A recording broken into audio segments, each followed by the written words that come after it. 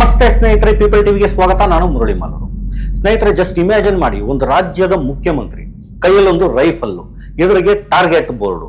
ಆ target board ಮೇಲೆ ಯಾರ ಫೋಟೋ ಇದೆ ಅಂತ ಗೊತ್ತಾ? ಒಂದು ನಿರ್ದಿಷ್ಟವಾಗಿರ್ತಕ್ಕಂಥ ಒಂದು ಸಮುದಾಯವನ್ನ ಹೋಲುವಂತಹ ಒಬ್ಬ ಗಡ್ಡ ಮತ್ತೆ ಟೋಪಿ ಧರಿಸಿದಂತಹ ಒಬ್ಬ ವ್ಯಕ್ತಿಯ ಒಂದು ಚಿತ್ರ. ಮತ್ತೆ ಈ ಒಂದು ವಿಡಿಯೋದ ಒಂದು ಕ್ಯಾಪ್ಷನ್ ಏನಂತ ಗೊತ್ತಾ? ಒಂದು ಪಾಯಿಂಟ್ ಬ್ಲಾಂಕ್ ಶಾಟ್ ಅಂತ ಇಟ್ಟಿದ್ದಾರೆ. ತೀರಾ ಹತ್ತಿರದಿಂದ ಹೊಡೆದಂತ ಏಟು ಅಂತ. ಇದು ಯಾವುದೋ ಒಂದು ಸಿನಿಮಾದ ಸೀನ್ ಅಲ್ಲ, ಅಥವಾ ಒಂದು ಕತೆ ಅಲ್ಲ, ಅಥವಾ ಅಂಡರ್ ವರ್ಲ್ಡ್ ಡಾನ್ ಒಬ್ಬ ವ್ಯಕ್ತಿ ಮಾಡಿದಂತಹ ವಿಡಿಯೋ ಅಲ್ಲ. ಇದು ಅಸ್ಸಾಂನ ಮುಖ್ಯಮಂತ್ರಿ ಹಿಮಂತ್ ಬಿಸ್ವಾ ಶರ್ಮಾ ಅವರಂದು ಅಂತ ಹೇಳಲಾದಂತಹ ಬಿಜೆಪಿ ಅಸ್ಸಾಂನ ಅಧಿಕೃತ ಎಕ್ಸ್ ಹ್ಯಾಂಡಲ್ನಲ್ಲಿ, ಅಂದರೆ ಟ್ವಿಟರ್ ಹ್ಯಾಂಡಲ್ನಲ್ಲಿ ಪೋಸ್ಟ್ ಆಗಿ ಅದಾದಂತಹ ಒಂದು ಕೆಲವೇ ಕ್ಷಣಗಳಲ್ಲಿ ರಪ್ ಅಂತ ಮಾಯವಾದಂಥ ಒಂದು ವಿಡಿಯೋದ ಕತೆ. ಇವತ್ತಿನ ಎಪಿಸೋಡ್ನಲ್ಲಿ ನಾವು ಅಸ್ಸಾಂ ರಾಜಕೀಯದ ಒಂದಷ್ಟು ಕರಾಳ ಮುಖವನ್ನು ತಿಳ್ಕೊಳ್ಳುವಂಥ ಒಂದು ಪ್ರಯತ್ನವನ್ನು ಮಾಡೋಣ. ಡಿಲೀಟ್ ಆದಂತಹ ವಿಡಿಯೋದಿಂದ ಹಿಡಿದು ವಿರೋಧ ಪಕ್ಷದ ನಾಯಕನ ಹೆಂಡತಿಯ ಮೇಲೆ ಪಾಕಿಸ್ತಾನಿ ಏಜೆಂಟ್ ಅನ್ನುವಂಥ ಒಂದು ಹಣೆ ಪಟ್ಟಿಯನ್ನು ಕಟ್ಟೋವರೆಗಿನ ಈ ಒಂದು ಹೈ ವೋಲ್ಟೇಜ್ ಡ್ರಾಮಾವನ್ನು ಡಿಕೋಡ್ ಮಾಡೋಣ. Welcome to People TV. ಅದಕ್ಕೂ ಮುನ್ನ ನೀವೇನು ಪೀಪಲ್ ಚಾನಲನ್ನು ಸಬ್ಸ್ಕ್ರೈಬ್ ಮಾಡಲಿಲ್ಲ ಅಂತ ದಯವಿಟ್ಟು ಈಗಲೇ ಸಬ್ಸ್ಕ್ರೈಬ್ ಮಾಡಿ. ಹಾಗೆ ಬೆಲ್ ಐಕಾನ್ ಕ್ಲಿಕ್ ಮಾಡೋದನ್ನು ಮರಿಬೇಡಿ. ನಿಮ್ಮ ಅನಿಸಿಕೆ ಅಭಿಪ್ರಾಯಗಳನ್ನು ಸಹ ಕಮೆಂಟ್ ಮಾಡಿ. ಹಾಗೆ ಕಮೆಂಟ್ ಸೆಕ್ಷನಲ್ಲೇ ಹೈಪ್ ಅನ್ನುವಂಥ ಒಂದು ಆಪ್ಷನ್ ಇದೆ, ದಯವಿಟ್ಟು ಹೈಪ್ ಮಾಡೋದನ್ನು ಮರಿಬೇಡಿ.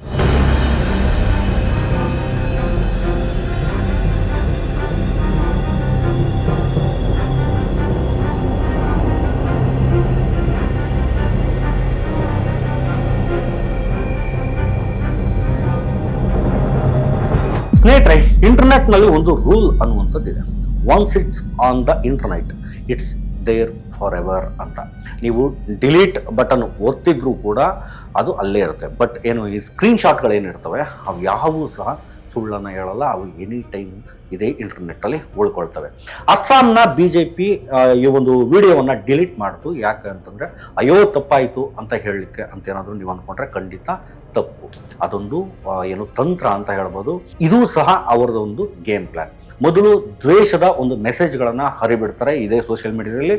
ಅದು ವೈರಲ್ ಆಗಿ ತನ್ನ ಕೆಲಸ ಮುಗಿದ ಮೇಲೆ ಅದನ್ನು ನಾವು ಡಿಲೀಟ್ ಮಾಡಿದ್ದೀವಲ್ಲ ಅಂತ ಇವು ಕೈ ತೊಳ್ಕೊಳ್ಳುವಂಥದ್ದು ಸರ್ವೇ ಸಾಮಾನ್ಯ. ಇದನ್ನು ನಾವು ಪ್ಲಾಸಿಬಲ್ ಡೆನಿಯಬಿಲಿಟಿ ಅಂತ ಕೂಡ ಕರೀಬೋದು. ಕಾಂಗ್ರೆಸ್ ನಾಯಕ KC ವೇಣುಗೋಪಾಲ್ ಅವರು ಇದನ್ನು ಏನಂತ ಕರೆದ್ರು ಗೊತ್ತಾ? ಇದು ಟ್ರೋಲ್ ಕಂಟೆಂಟ್ ಅಲ್ಲ, ಇದೊಂದು ಸಾಮೂಹಿಕ ಹತ್ಯೆಗೆ ಕರೆ ಅಂತ ಹೇಳಿದ್ರು. ಯಾಕಂದರೆ ಇವರು ಮಾಡಿರ್ತಕ್ಕಂಥ ಹಲ್ಕಟ್ ಕೆಲಸ ಕೂಡ ಅದೇ ರೀತಿ ಇದೆ. ಕಾಲ್ ಫಾರ್ ಜಿನೋಸೈಡ್ಸ್ ಅಂತ ಇವರು ಮಾತನಾಡ್ತಾರೆ. ಆ ವಿಡಿಯೋದಲ್ಲಿ ನೋ ಮರ್ಸಿ ಅಂತಂದರೆ ಏನೂ ಕರುಣೆ ಇಲ್ಲ ಅನ್ನೋ ಪದಗಳು ಸಹ ಇದ್ದವು. ಯಾರ ಮೇಲೆ ಕರುಣೆ ಇಲ್ಲ? ಬಾಂಗ್ಲಾದೇಶಿ ಅಕ್ರಮ ವಲಸಿಗರ ಮೇಲೋ ಅಥವಾ ಅಸ್ಸಾಂನ ಅಲ್ಪಸಂಖ್ಯಾತ ಮುಸ್ಲಿಮರ ಮೇಲೋ? ಅದನ್ನು ನೀವೇ ಡಿಸೈಡ್ ಮಾಡಿ. ಈಗ ಪ್ರಶ್ನೆ ಇರುವಂಥದ್ದು ಏನಪ್ಪಾ ಅಂದರೆ, ಒಂದು ಆಡಳಿತ ಪಕ್ಷ, ಅದು ಸಹ ಅಧಿಕೃತ, ಆ ಒಂದು ಆಡಳಿತ ಪಕ್ಷದ ಅಧಿಕೃತ ಹ್ಯಾಂಡಲ್ನಿಂದ ಇಂಥ ಒಂದು ವಿಡಿಯೋ ಹಾಕಿದರೆ ಅಲ್ಲಿನ ಕಾನೂನು ಸುವ್ಯವಸ್ಥೆ ಅನ್ನುವಂಥದ್ದೇನಿದೆ ಅವುಗಳ ಬಗ್ಗೆ ಜನರಿಗೆ ಯಾವ ರೀತಿಯ ನಂಬಿಕೆ ಇರುತ್ತೆ, ಯಾವ ರೀತಿ ನಂಬಿಕೆ ಬರುತ್ತೆ ಅನ್ನುವಂಥ ಪ್ರಶ್ನೆ ಈಗ ನಾವು ನೋಡಬೇಕಾಗತ್ತೆ. ಈಗ ಸ್ಟೋರಿ ಸ್ವಲ್ಪ ಪರ್ಸನಲ್ ಆಗಿ ತಗೊಂಡು ನೋಡೋದಾದ್ರೆ, ಅಸ್ಸಾಂನ CM ಹಿಮಂತ್ ಬಿಸ್ವಾ ಶರ್ಮಾ ಮತ್ತೆ ಕಾಂಗ್ರೆಸ್ ನಾಯಕ ಗೌರವ್ ಗೊಗೊಯ್ ಅವರ ಇಬ್ಬರ ನಡುವೆ ಇರ್ತಕ್ಕಂಥ ಜಗಳ ಈಗ ಯಾವ ಹಂತಕ್ಕೆ ಹೋಗಿ ನಿಂತಿದೆ ಅಂತಂದ್ರೆ, ಅಲ್ಲಿ ದೇಶದ್ರೋಹ ಮತ್ತೆ ಬೇಹುಗಾರಿಕೆಯ ಮಾತುಗಳು ಈಗ ಕೇಳಿ ಬರೋಕ್ಕೆ ಶುರು ಆಗಿದ್ದಾವೆ. ಮೊನ್ನೆ ಅಂತಂದ್ರೆ ಫೆಬ್ರವರಿ 8, 2026 CM ಹಿಮಂತ್ ಬಿಸ್ವಾ ಶರ್ಮಾ ಅವರು ಒಂದು ಬಾಂಬನ್ನು ಸಿಡಿಸ್ತಾರೆ. ಅದೇನಪ್ಪಾ ಅಂತಂದ್ರೆ, ಗೌರವ್ ಗೊಗೊಯ್ ಅವರ ಬ್ರಿಟಿಷ್ ಮೂಲದ ಪತ್ನಿ ಯಾರಿದ್ದಾರೆ ಎಲಿಜಬೆತ್ ಕೋಲ್ಬರ್ನ್ ಅವರು ಪಾಕಿಸ್ತಾನಿ ಏಜೆಂಟ್ ಅಂತೆ. ನಂಬೋಕ್ಕೆ ಕಷ್ಟ ಆಗ್ತಿದೆಯಾ? CM ಸಾಹೇಬ್ರು SIT ಸ್ಪೆಷಲ್ ಇನ್ವೆಸ್ಟಿಗೇಷನ್ ಟೀಮ್ ಏನಿದೆ ಅವರ ವರದಿಯನ್ನು ಇಟ್ಕೊಂಡು ಈ ಒಂದು ಮಾತನ್ನ ಹೇಳ್ತಾ ಇದ್ದಾರೆ. ಅವರ ಆರೋಪಗಳೇನಪ್ಪಾ ಅಂತ ನೋಡೋದಾದ್ರೆ, ಗೌರವ್ ಗೊಗೊಯ್ 2013 ರಹಸ್ಯವಾಗಿ ಪಾಕಿಸ್ತಾನಕ್ಕೆ ಹೋಗಿದ್ರು. ಅಲ್ಲಿ ಏನೋ ಟ್ರೈನಿಂಗ್ ಅನ್ನ ತಗೊಂಡಿದ್ದಾರೆ. ಅವರ ಪತ್ನಿ ಎಲಿಜಬೆತ್ ಲೀಡ್ ಪಾಕಿಸ್ತಾನ್ ಅನ್ನುವಂತಹ ಸಂಸ್ಥೆಯಲ್ಲಿ ಕೆಲಸ ಮಾಡ್ತಿದ್ರು. ಅದರ ಬಾಸ್ ಅಲಿ ತೌಕೀರ್ ಶೇಖ್ ಒಬ್ಬ ISI ಸಂಘಟನೆಗೆ ಲಿಂಕ್ ಇರುವಂತಹ ವ್ಯಕ್ತಿ. ಎಲಿಜಬೆತ್ ಭಾರತದ ಗುಪ್ತಚರ ಮಾಹಿತಿಗಳನ್ನು ಪಾಕಿಸ್ತಾನಕ್ಕೆ ರವಾನೆ ಮಾಡ್ತಿದ್ರು. ಆದರೆ ಇದಕ್ಕೆ ಗೌರವ್ ಗೊಗೊಯ್ ಅವರು ಕೊಟ್ಟಂಥ ಉತ್ತರ ಏನಪ್ಪಾ ಅಂತಂದರೆ, ಇದು C ಗ್ರೇಡ್ ಸಿನಿಮಾಗಿಂತಲೂ ಕೂಡ ಕಡೆಯಾದಂಥ ಒಂದು ಚಿತ್ರಕಥೆ. ಅಷ್ಟೇ ಅಲ್ಲದೆ ನನ್ನ ಹೆಂಡತಿ ISI ಏಜೆಂಟ್ ಏನಾದರೂ ಆಗಿದ್ರೆ ನಾನೇನು ರಾ ಏಜೆಂಟಾ ಅಂತ ವ್ಯಂಗ್ಯವಾಗಿ ಮಾತನಾಡಿದ್ದಾರೆ. ಅಸಲಿ ಮ್ಯಾಟರ್ ಬೇರೆನೇ ಇದೆ ಅಂತಾರೆ ಗೊಗೊಯ್ ಅವರು. CM ಹಿಮಂತ್ ಅವರ ಒಂದು ಕುಟುಂಬದ ವಿರುದ್ಧ ಇರುವಂತಹ 4,000 ಎಕರೆ ಭೂ ಹಗರಣ ಏನಿದೆ, ಆ ಒಂದು ಆರೋಪ ಏನಿದೆ, ಅದನ್ನು ಮುಚ್ಚಿ ಹಾಕೋದಕ್ಕೆ ಈ ಒಂದು ಪಾಕಿಸ್ತಾನ್ ಡ್ರಾಮಾವನ್ನ ಇವರು ಆಡ್ತಿದ್ದಾರೆ ಅನ್ನುವಂಥದ್ದು ಅವರ ವಾದ. ಸ್ನೇಹಿತರೆ, ನಿಮಗೆ ಲವ್ ಜಿಹಾದ್ ಅನ್ನುವಂಥದ್ದು ಗೊತ್ತು, ಆದರೆ ಅಸ್ಸಾಂನಲ್ಲಿ ಜಿಹಾದ್ ಅನ್ನೋ ಪದಕ್ಕೆ ಹೊಸ ಹೊಸ ಅರ್ಥಗಳನ್ನ ಇವರು ಕಂಡುಹಿಡಿತಾನೆ ಬರ್ತಾ ಇದ್ದಾರೆ, ಹೊಸ ಹೊಸ ವ್ಯಾಖ್ಯಾನಗಳನ್ನ ಮಾಡ್ತಾ ಬರ್ತಾ ಇದ್ದಾರೆ.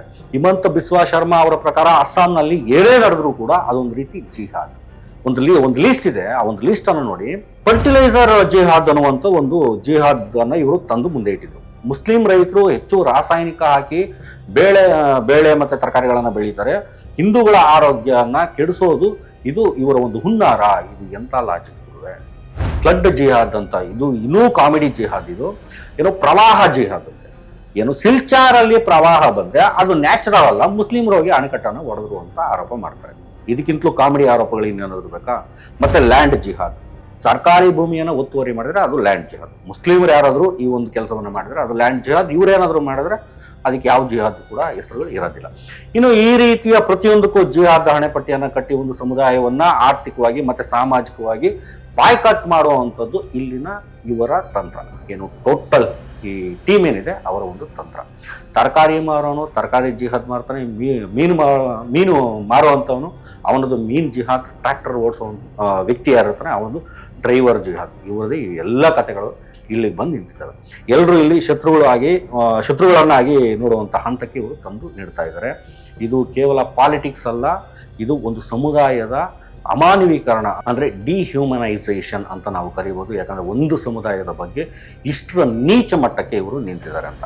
ಈಗ ಟೆಕ್ನಾಲಜಿ ಒಂದು ಯುಗ, AI ಕೂಡ ಇಲ್ಲಿ ನಮ್ಮನ್ನು ಆಳ್ತಾ ಇದೆ. ದ್ವೇಷ ಹರಡೋಕೆ ಮನುಷ್ಯರೇ ಬೇಕಾಗಿಲ್ಲ, AI ಇದ್ರೂ ಕೂಡ ಸಾಕು. AI ಕೂಡ ಇವರು ದ್ವೇಷ ಹರಡುವಂಥ ಕೆಲಸಗಳನ್ನು ಮಾಡೋದಕ್ಕೆ ಬಳಸ್ತಾ ಇದ್ದಾರೆ. ಅಸ್ಸಾಂನ BJP ಏನಿದೆ, ಇತ್ತೀಚೆಗೆ ಅಸ್ಸಾಂ ವಿತೌಟ್ BJP ಅಂದರೆ ಅಸ್ಸಾಮಲ್ಲಿ BJP ಇಲ್ಲ ಅಂದರೆ BJP ಇಲ್ಲದ ಒಂದು ಅಸ್ಸಾಂ ಹೇಗಿರುತ್ತೆ ಅನ್ನೋದಕ್ಕೆ ಒಂದು AI ವಿಡಿಯೋವನ್ನು ರಿಲೀಸ್ ಮಾಡಿತ್ತು. ಅದರಲ್ಲಿ ಏನಿತ್ತಪ್ಪ ಅಂತ ನೋಡೋದಾದ್ರೆ, ಕಾಂಗ್ರೆಸ್ ಅಧಿಕಾರಕ್ಕೆ ಬಂದರೆ ಇಡೀ ಅಸ್ಸಾಂ ಅನ್ನುವಂಥ ಒಂದು ಸ್ಟೇಟ್ ಏನಿದೆ ಅದು ಬಾಂಗ್ಲಾದೇಶ ಆಗುತ್ತೆ.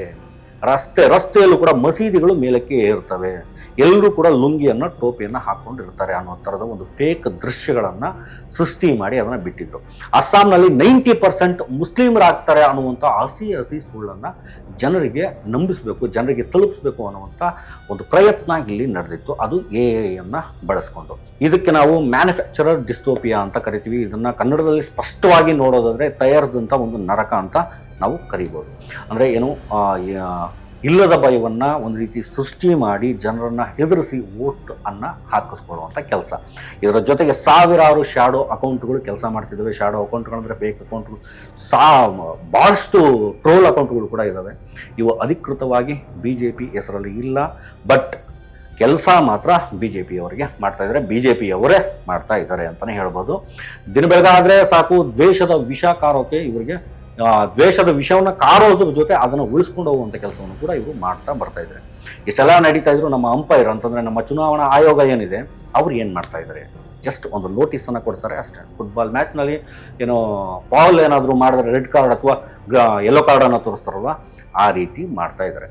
ಆದರೆ ಇಲ್ಲಿ ಹಸಿಯಾಗಿ ಕೋಮು ದ್ವೇಷ ಹರಡಿದ್ರೂ ಕೂಡ ಜಸ್ಟ್ ವಾರ್ನಿಂಗನ್ನು ಕೊಟ್ಟು ಸುಮ್ಮನಾಗುವಂಥದ್ದು ಎಷ್ಟರ ಮಟ್ಟಿಗೆ ನ್ಯಾಯ ಅನ್ನುವಂಥದ್ದನ್ನು ನಾವು ಕೇಳಬೇಕಾಗುತ್ತೆ. ಸುಪ್ರೀಂ ಕೋರ್ಟ್ ಕೂಡ ಹಲವು ಬಾರಿ ಎಚ್ಚರಿಕೆಯನ್ನು ಕೊಟ್ಟಿದೆ. ದ್ವೇಷ ಭಾಷಣದ ವಿರುದ್ಧ ಸ್ವಯಂ ಪ್ರೇರಿತರಾಗಿ ದೂರು ದಾಖಲಿಸಿ ಅಂತ ಇದೇ ಪೊಲೀಸ್ನವ್ರಿಗೆ ಹೇಳಿದ್ದಾರೆ.